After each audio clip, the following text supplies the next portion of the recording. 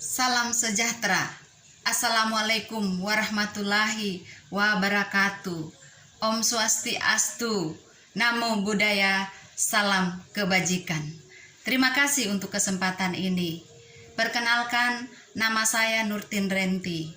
Saya akan menyampaikan gagasan dengan judul Mengenal COVID-19 dan Pencegahannya. COVID-19 adalah penyakit akibat infeksi virus dari golongan coronavirus, yaitu SARS coronavirus yang sering juga disebut virus corona.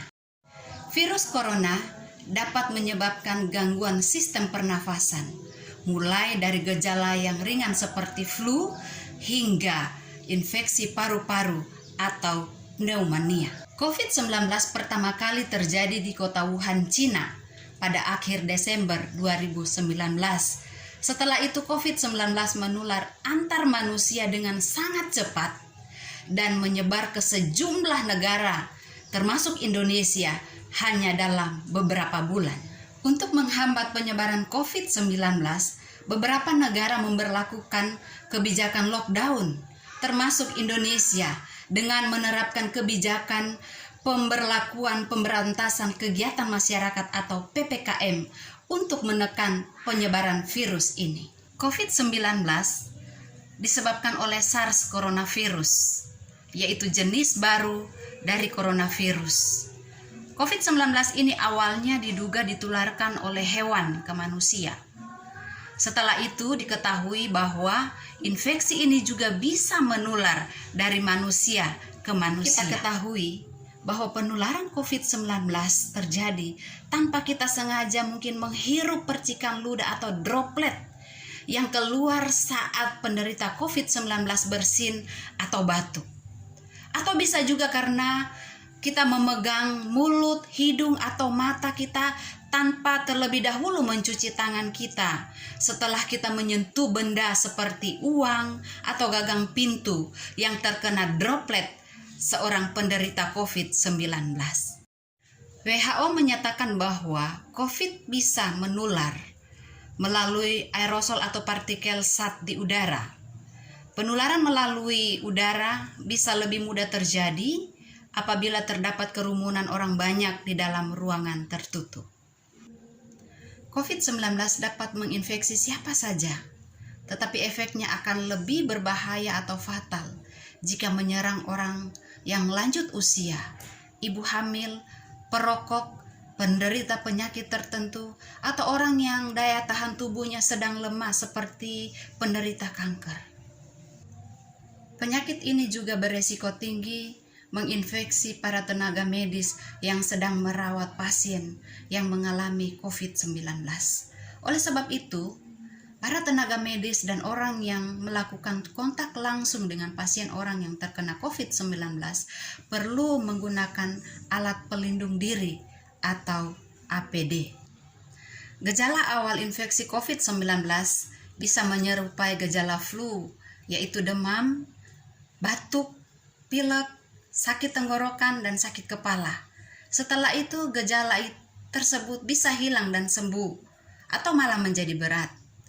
Penderita yang mengalami gejala yang berat bisa mengalami demam tinggi, batuk berdahak atau berdarah, sesak nafas, dan nyeri dada. Gejala-gejala tersebut akan muncul pada saat tubuh bereaksi melawan virus COVID-19. Bila Anda mencurigai diri Anda sedang terpapar COVID-19, segera lakukan isolasi mandiri. Apabila Anda merasa bahwa Anda sedang mengalami gejala-gejala seperti yang dialami oleh seorang yang sedang terpapar COVID-19, atau mungkin dalam 2 minggu terakhir saudara atau Anda berada di daerah kasus COVID-19 dan juga mungkin kontak langsung dengan penderita COVID-19. Sampai saat ini belum ada obat yang pasti dapat mengatasi COVID-19. Jika Anda didiagnosis COVID-19 tetapi tidak mengalami gejala atau hanya mengalami gejala ringan, Anda cukup melakukan isolasi mandiri di rumah. Ruangan isolasi harus memiliki ventilasi dan cahaya yang baik, serta pertukaran udara yang cukup. Selain itu, ruangan isolasi wajib dibersihkan setiap hari dengan air sabun atau dengan disinfektan. Lakukan isolasi mandiri selama 2 minggu dan tidak keluar dari rumah, serta menjaga jarak dengan orang dalam satu rumah. Selalu gunakan masker ketika kita keluar rumah dan saat berinteraksi dengan anggota keluarga. Indonesia sedang memberlakukan vaksinasi COVID-19 secara bertahap. Vaksinasi COVID-19 bertujuan untuk membangun kekebalan tubuh terhadap virus corona, sekaligus membentuk kekebalan kelompok atau herd immunity. Semakin banyak orang yang divaksinasi, semakin cepat terputus penularan COVID-19. Sekian yang bisa saya sampaikan.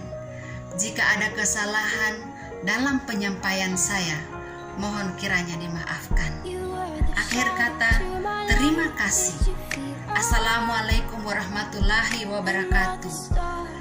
Salam sejahtera. Om Swastiastu. Namo Buddhaya. Salam kebajikan.